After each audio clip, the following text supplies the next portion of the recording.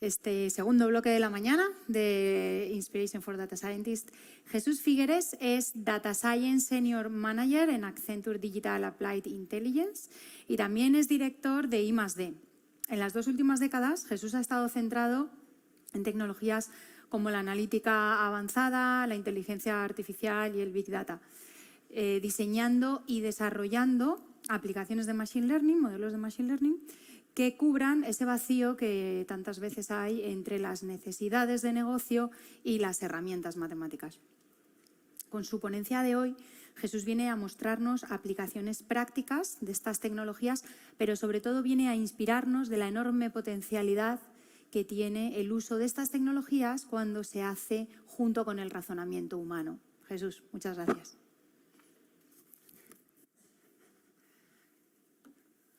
Bueno, muchas gracias, María José. Voy a intentar hablar despacio porque yo tiendo a hablar deprisa, sobre todo acostumbrado a ver los vídeos en por 2 y por 3. O sea que si veis que me acelero, me ponéis el freno. Bueno, la charla que os quería comentar, vengo desde Applied Intelligence, del área de digital de Accenture. Lo que trabajamos aquí somos los Data Scientists que damos servicio a todas las áreas de negocio, ¿no? Ya desde seguros, banca, productos comerciales, sector público, telecomunicaciones. Entonces, bueno, tenemos una actividad bastante interesante porque al final hacemos un poco de todo y sobre todo bastante tangencial con todo lo que es la inteligencia artificial, ¿no? En concreto, lo que es la conversión del lenguaje natural es también esto tiene bastante que ver, esto creo que ya me ha presentado lo suficiente bien María José, tiene bastante que ver con lo que yo estuve investigando cuando hice mi tesis doctoral, ¿no? Trataba de cómo a través de los datos las empresas son capaces de coordinarse, de entender mejor las necesidades de los clientes, entender mejor cómo hacer más eficientes sus procesos y cómo tomar mejores decisiones, lo que al final esto lleva a una mejor toma de decisión, una mejor explotación de los recursos y a un desarrollo económico y a una mayor prosperidad, ¿no? para la gente, ¿no? Entonces, lo que quería hacer es una pequeña introducción para que veáis el papel que juega en la comunicación del lenguaje natural, de cara a ayudar a que las personas se coordinen. Y no que compitan los algoritmos contra las personas, que parece que llegan los algoritmos a ocupar ciertas áreas de las personas, sino cómo las personas tienen algunos rasgos únicos que con la ayuda de los algoritmos pueden hacerse todavía más útiles, ¿no? Y hacer todavía un trabajo mucho mejor, ¿no? Y eso es uno de los retos que tenemos, porque todos somos conscientes de que los algoritmos van a hacer cosas mejores que nosotros, pero también hacen cosas peor. Y eso, lo interesante aquí es entender cómo potenciar, cómo sacar mejor partido del trabajo humano, ¿no? Entonces, voy a hacer esta introducción, luego iba a contar 3 casos de cómo estamos explotando dentro de un área más de investigación la comprensión del lenguaje natural y luego, pues, bueno, una pequeña roadmap de cómo se podría llegar hasta ahí para gente que a lo mejor le resulte un poquito más lejano este tema, ¿no? Entonces, bueno, respecto a la coordinación, a la importancia que tiene la comprensión del lenguaje natural, tenemos que entender que los seres humanos, desde que hemos evolucionado tanto y hemos desarrollado nuestro cerebro, precisamente porque tenemos unas relaciones muy complejas y tenemos que entendernos unos a otros, ¿no? Y esto es lo que ha hecho básicamente el conocernos a nosotros y saber cómo actuar entre nosotros, nos ha hecho desarrollar el cerebro y no sé por qué se mueven las slides, perdón. Bueno, entonces, bueno, esto lo que nos ayuda al final es a autoorganizarnos, ¿no? A entendernos entre nosotros y que saber coordinarnos mejor y entendernos, que la organización al final, que es un conjunto de personas, sea eficiente y además es un ejercicio de cooperación dentro de la empresa y de la empresa con el cliente, ¿no? Porque al final lo que quieres es dar en el clavo con lo que quiere el cliente, entender, a utilizar sus datos, sus históricos, para encontrar patrones y entenderle mejor y tomar mejores decisiones, con lo cual es un ejercicio de conocimiento. O sea, al final nosotros, los Data Scientists, tenemos que encontrar ese conocimiento para tomar hacer una mejor toma de decisiones, ¿no? Y luego también lo que es importante es que el conocimiento, una cosa es el conocimiento humano, que es muchas veces subjetivo, hay expertos en ciertas cosas, hay impresiones, intuiciones, cómo interpretamos los datos, hay una cierta experiencia que no se puede normalizar, no se puede formalizar fácilmente. En cambio tenemos también unos algoritmos que es un lenguaje mucho más formalizado, donde tienes números, tienes estructuras de conocimiento que no tienen la misma naturaleza que el conocimiento humano y cómo integrarlo es un reto. Entonces, bueno, entramos en este mundo digital en el que tenemos unos grandes volúmenes de datos, que tenemos tanto datos que nos ayuda a potenciar nuestra memoria, porque en cierta manera está ahí metido todo lo que habría que recordar en esos datos, todo lo que ha pasado, cosas que no podemos tener 24/7, estar pendiente de todo lo que está ocurriendo. Tenemos a máquinas que lo están procesando y pueden llegar a tomar decisiones, quizás no tan bien como un humano, de hecho, rara vez lo hace mejor que un humano, pero sí que lo hacen más rápido y con menos esfuerzo. Entonces, puedes tener 1 millón de clientes y tienes un algoritmo que está ahí procesando lo que es mejor para cada uno. No puedes tener a una persona, ¿no? Ahí pendiente de todo, ¿no? Entonces, sí que es cierto que ayudan a automatizar ciertas tareas, ¿no? Entonces, también tenemos un dato que está fluyendo continuamente. Al estar fluyendo, lo que hace es mejorar nuestra percepción de la realidad, porque nos está dando esas señales de cosas que están cambiando y haciéndote ver, por lo menos sirviéndole en formato digital, que algo está cambiando para que puedas hacer una serie de algoritmos que, encontrando patrones del pasado, los extrapoles al presente y tomen mejores decisiones, ¿no? Y bueno, ahí lo que tenemos es, al final, lo que se trata es de generar valor, ¿no? Generar valor para la empresa. Entonces, bueno, si nos vamos a un esquema de cómo se potenciaría el conocimiento humano con un sistema de inteligencia artificial, bueno, podríamos suponer que el sistema de inteligencia artificial está ampliando diferentes rasgos humanos, que es por una vez la percepción que os comentaba antes, ¿no? A nivel de la traducción del lenguaje natural en cuanto a conversión de speech to text, del hablado a texto, ¿no? Traducción. Todo lo que sería entender lo que hay escrito en un texto, lo que me quiere decir la otra persona, la intención, ¿no? Lo que es esa percepción de lo que me están diciendo, de la entrada de información que me está entrando, que puede ser una entrada de lenguaje natural, puede ser una imagen, puede ser grafos, como nos comentaba nuestro compañero antes, puede ser todo tipo de información, incluso ahí pintaba el dibujo a través de la mente, en el futuro pues puede llegar unas señales cerebrales, cómo mueve los ojos, hay cierta información que puede ser más o menos estructurada, en el que al final lo que hacemos es capturar en mayor medida una información de ahí, ¿no? Luego, lo típico pues es detectar esas entidades clave para estructurar esta información que es no estructurada en una serie de frases o de tripletas, ¿no? de lógicas en el que podemos estructurar el conocimiento. Al final, dentro de un bloque de texto, lo puedes hacer un modelo matemático de clasificación en el que sacas probabilidades sobre lo que me está hablando ese texto, pero también puedes detectar como subfragmentos de este texto en el que estás encontrando diferentes declaraciones que estés haciendo el usuario, ¿no? Y esas declaraciones normalizarlas para un nivel mucho mayor, ¿no? de detección. Que sería la parte de slot tagging, es decir, yo tengo una serie de slots que me puede estar dando información al usuario, ¿no?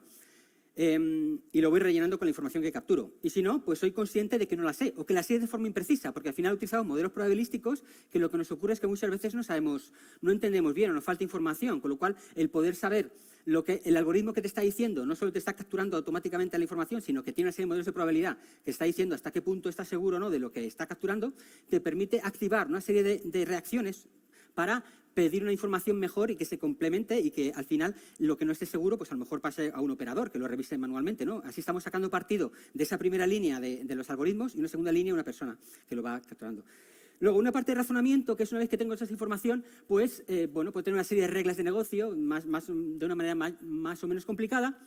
También, a base de esas reglas de negocio que ponen un nivel también de modelos de conocimiento, ligando esto con la inteligencia artificial clásica, que tuvo un importante momento de desarrollo a finales del siglo XX, pero yo creo que hay mucho de esto que se puede rescatar, ¿no? O sea, si solo somos capaces de rescatar a través de algoritmos de machine learning, hacer ese semantic parsing, capturar estas entidades y estas estructuras, se puede aplicar luego ese sistema de reglas, sean difusas, sean modelos de conocimiento, ontologías, que se pueden, digamos, rescatar y utilizar estos datos enlazados para sacar esa información, ese conocimiento experto, ¿no? Luego también, algo muy interesante es el behavioral cloning, es decir, cómo de una conversación entre humanos puede el sistema estar aprendiendo, entendiendo cómo hace un humano y aprendiendo del humano, ¿no? Cómo reacciona, cómo interactúa un humano con otra persona, ¿no? En el lenguaje natural. Y cómo tú clasificas esta pregunta-respuesta y el algoritmo está interpretando no solo entender, sino cómo comportarse, o sea, lo que es el gestor de diálogo, o sea, más allá de la comprensión. Y luego también, algo que estamos utilizando ahora es el reinforcement learning, que no lo conozca, al final lo que tienes es un toma y daca, ¿no? Tienes un agente que se pelea con el entorno, el environment, ¿no? Y entonces recibe una serie de rewards, que llaman, ¿no? Una especie de estímulos positivos o negativos de que lo está haciendo mal o bien, ¿no? Entonces, estos rewards le ayudan a optimizar su comportamiento y actuar de una manera cada vez mejor. Un diálogo al final es un toma y daca, es una interacción, con lo cual, en un momento dado, tú empiezas a tomar una serie de señales de que la conversación está llegando a buen término o no. Esos rewards pueden ser útiles para tú decidir la policy, es decir, cómo el sistema, en este caso un agente virtual, responde y ver cuando se ha equivocado, pues eso, hacerlo menos, ¿no? Al final es un sistema que no solo interpreta, sino que además actúa y actúa de forma óptima. Luego, bueno, hay que sacar partido a la memoria, tanto de lo que ya estaba establecido por el negocio como lo que se va acumulando en la experiencia. Y bueno, yendo a casos un poquito más prácticos, pues aquí lo que tenemos es, quería contaros 3 casos, ¿no? Por ejemplo, en un sistema, un service desk, que podría ser un sistema de BPO, donde hay una serie de personas que están haciendo una serie de actividades que no son fáciles, pero sí que tienen un grado de automatización, de mecanización bastante alto, ¿no? Al final es un trabajo bastante, en muchos casos, aburrido, ¿no?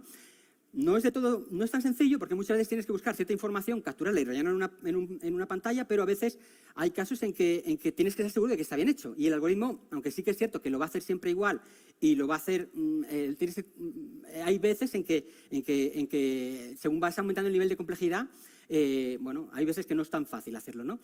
Entonces, se ha movido esto. Se va moviendo bastante, además. Bueno, no sé cómo pararlo, lo siento. Se queda ahí como se va moviendo. Vale, al final lo que tenemos es, si esta persona la gente que está en un call center, en un service desk o algún sistema que están dando respuesta a una serie de peticiones que te van llegando, ¿no? Sobre todo, si es un sistema que están llegando una serie de tareas al cabo del día, si tú metes por delante una capa de inteligencia artificial que está en cierta manera orquestándolo, es decir, interpretando esa información que va llegando en 24/7 o al nivel que sea, va, de cierta manera, convirtiendo ese flujo de información en órdenes de trabajo en el que te ha resuelto parte del trabajo de comprensión del lenguaje natural. Y lo que no resuelve, pues al final lo que te genera es, oye, por favor, revísame esto que yo no sé, yo soy un algoritmo tonto y llego hasta aquí. Y sé que es un 80%, pero como sé que es un asunto importante, míralo. Pero ya lo bueno es que esa persona ya no tiene que revisarse todo entero, sino que solo revisa ciertas cosas, ¿no?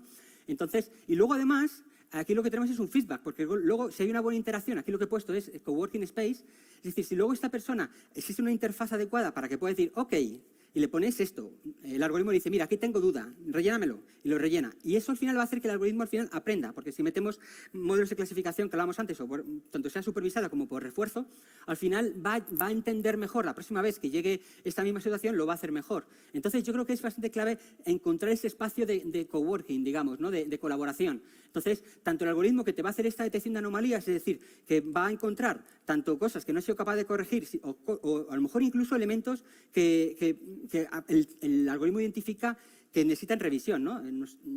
Os diré algunos casos específicos de cuando está en riesgo, por ejemplo, la salud de una persona, tienes que hacer un orden de trabajo para una tarea compleja, ¿no? En una refinería, pues entonces ahí es importante que se revise bien, estar completamente seguros de que se ha clasificado bien el texto, ¿no? Entonces ahí, en este caso, pues vale mejor señalar esos riesgos para que una persona lo corrija, ¿no? Y la parte de aprendizaje supervisado. Bueno, al final, todos los buscadores semánticos, hay una serie de herramientas que pueden ayudar a que la persona, por ejemplo, en un service desk, con un call center, aquí está el ejemplo, esté como empoderada cognitivamente. Es decir, yo le pregunto a una persona que a lo mejor no tiene por qué saber sabrá un poco del negocio, pero puede que no tenga un conocimiento muy profundo. Pero si esta persona tiene un fácil acceso a todos los manuales, las bases de datos que hay en su empresa, porque de alguna manera tenemos un algoritmo que le está ayudando a ponerle en bandeja la respuesta al cliente, al final, lo que tenemos es una especie de chivato, ¿no? Tenemos la persona del call center, por ejemplo, que está interactuando con un asistente virtual que le está, en cierta manera, simplificando esta información que está metida en las bases de datos y en su historial, incluso a nivel de personalización del cliente, y le está dando una serie de pistas para que a la hora de interactuar con el cliente de fuera, está haciendo un poco de interfaz, pero está haciendo un trabajo que no lo hace tan fácilmente un algoritmo. Porque ¿cuántas veces hablamos con un asistente virtual y acabamos desquiciados porque ese chico no me entiende? En cambio, si tú tienes una capa, que es la persona que está controlando, que está haciendo un poco de intermediario para que la satisfacción del cliente sea más alta, ¿no? Este sería un ejemplo, ¿no? de cómo esos algoritmos pueden optimizar ese tipo de servicios, ¿no? Otro ejemplo sería, quizás lo he pisado un poco con lo anterior, pero es cómo potenciar a la hora de resolver un problema a una persona que a lo mejor no tiene ese conocimiento, ¿no? Tenemos a un servicio que tiene que dar respuesta a una serie de problemas de un cliente. Entonces, al final, podemos hacer una serie de facts, ¿no? Cuando pregunten esto, la respuesta es esta, ¿no? Entonces, lo que pasa es que en ese sistema de facts, en el que tú tienes una pregunta y una respuesta, muchas veces el usuario no sabe muy bien lo que está preguntando y no sabe qué información tiene que aportar. Entonces, lo que nosotros podemos llegar a hacer es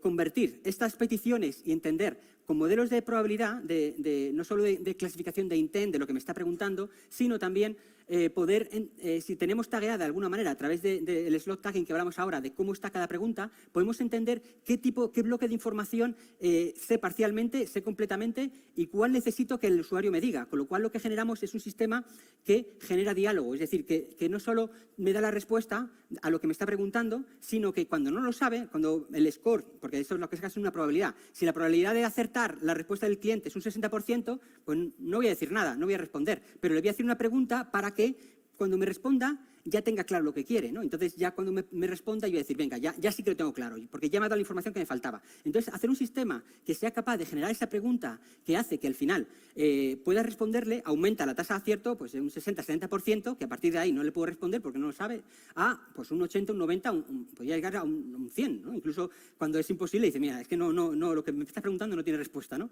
Entonces, bueno, son ideas que se pueden hacer. Estamos aplicándolas también a asistentes virtuales nosotros. Bueno, aquí lo que vemos es la parte que habla antes del state tracker, al final es la parte de comprensión, de entender lo que me están diciendo, y el dialogue manager, que es al final es el gestor de diálogo, que es una vez que he entendido lo que me estás diciendo, cómo debo responder, ¿no? Y aprende por refuerzo. Luego, el tema de la recomendación hiperpersonalizada. Nosotros ya muchos años haciendo modelos de Customer Analytics, ¿no? de Next Best Action, de recomendadores. Entonces, lo que ahora se nos demanda es que realmente lo integremos todo. O sea, realmente queremos hacer un servicio al cliente, una comprensión de 360 grados del cliente y tenemos canales. Uno de ellos puede ser un canal de voz, un canal de texto. Entonces, debemos ser capaces de combinar toda la información que tenemos de un cliente a la hora de hacerle una venta cruzada o detectar alguna queja abierta o modelos de probabilidad para entender qué puede querer ese cliente y combinarlo con la conversación que me están dando. Con lo cual, yo tengo un Customer Analytics Record, es decir, una visión de ese cliente más lo que estoy cogiendo dinámicamente a través de la conversación en tiempo real. Con lo cual, lo que hacemos es fortalecer tanto la información de la conversación, enriquece de cierta manera la información el Customer Analytics Record que tengo de ese cliente, de sus interacciones por todos los canales, como a la inversa. También esa información de todos los canales me está sirviendo a mí para cuando tengo la ocasión de interactuar con el cliente, pues dar en el clavo con lo que va a necesitar, ¿no? Bueno, esto se ha movido como 3 o 4 de una vez. Vale. Bueno, ya entonces, yendo más esto ya lo he contado.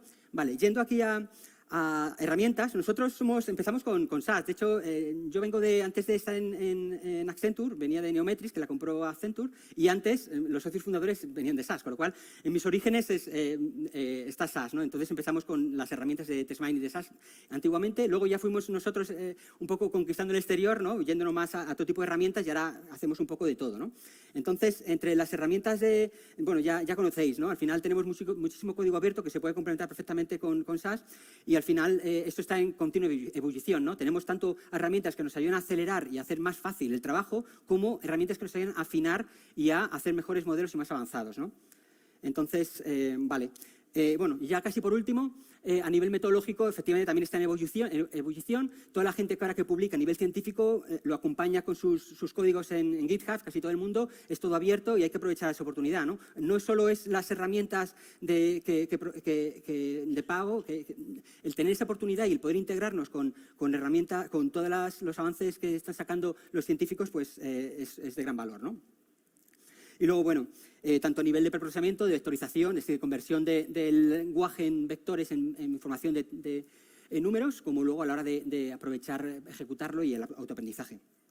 Y bueno, ya por último, iba a decir una pequeña hoja de rutas, ¿no? En cuanto a qué podríamos recomendar, ¿no?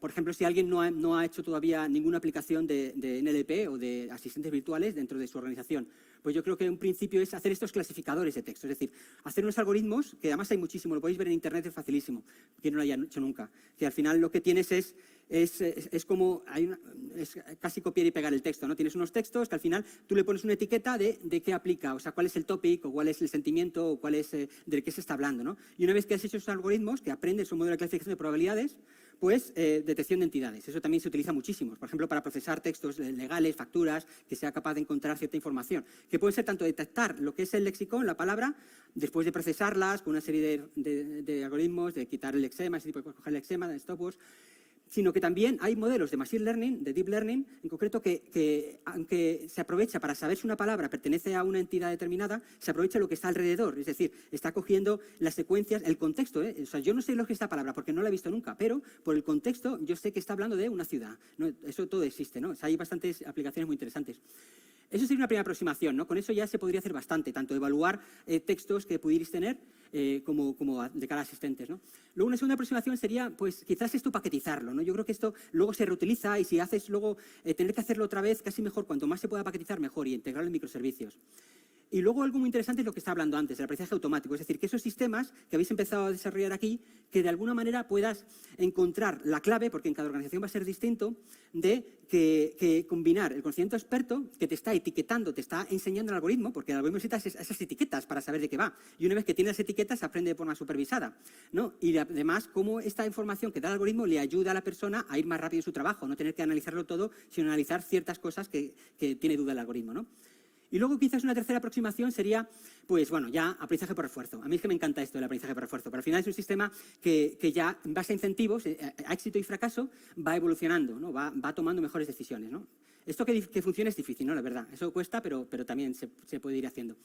Y luego, bueno, modelos de conocimiento y desarrollo de sistemas expertos. Eso también es otra gran apuesta que tenemos, porque creemos que todo lo que se desarrolló en finales del siglo XX, de sistemas expertos, modelos de conocimiento, todo esto, combinación con las nuevas herramientas de Machine Learning, se le puede dar mucha vida, ¿no? Pensad que hay ontologías subidas en Internet que se pueden reutilizar de conocimiento experto, como en Matrix, que se coge la pastillita esta y aprende karate, ¿no? Pues esto es algo parecido. Al final, si tú tienes un sistema que tienes toda la información modelizada con modelos de conocimiento en algún sitio, que es reutilizable, el poder engancharte con Spark o como sea, con esta información, al final, además, un negocio que a lo mejor tiene una casuística muy determinada de reglas de negocio, de casuísticas propiedades, el poderlo enlazar esto con una conversación en lenguaje natural, al final creo que puede dar bastante valor.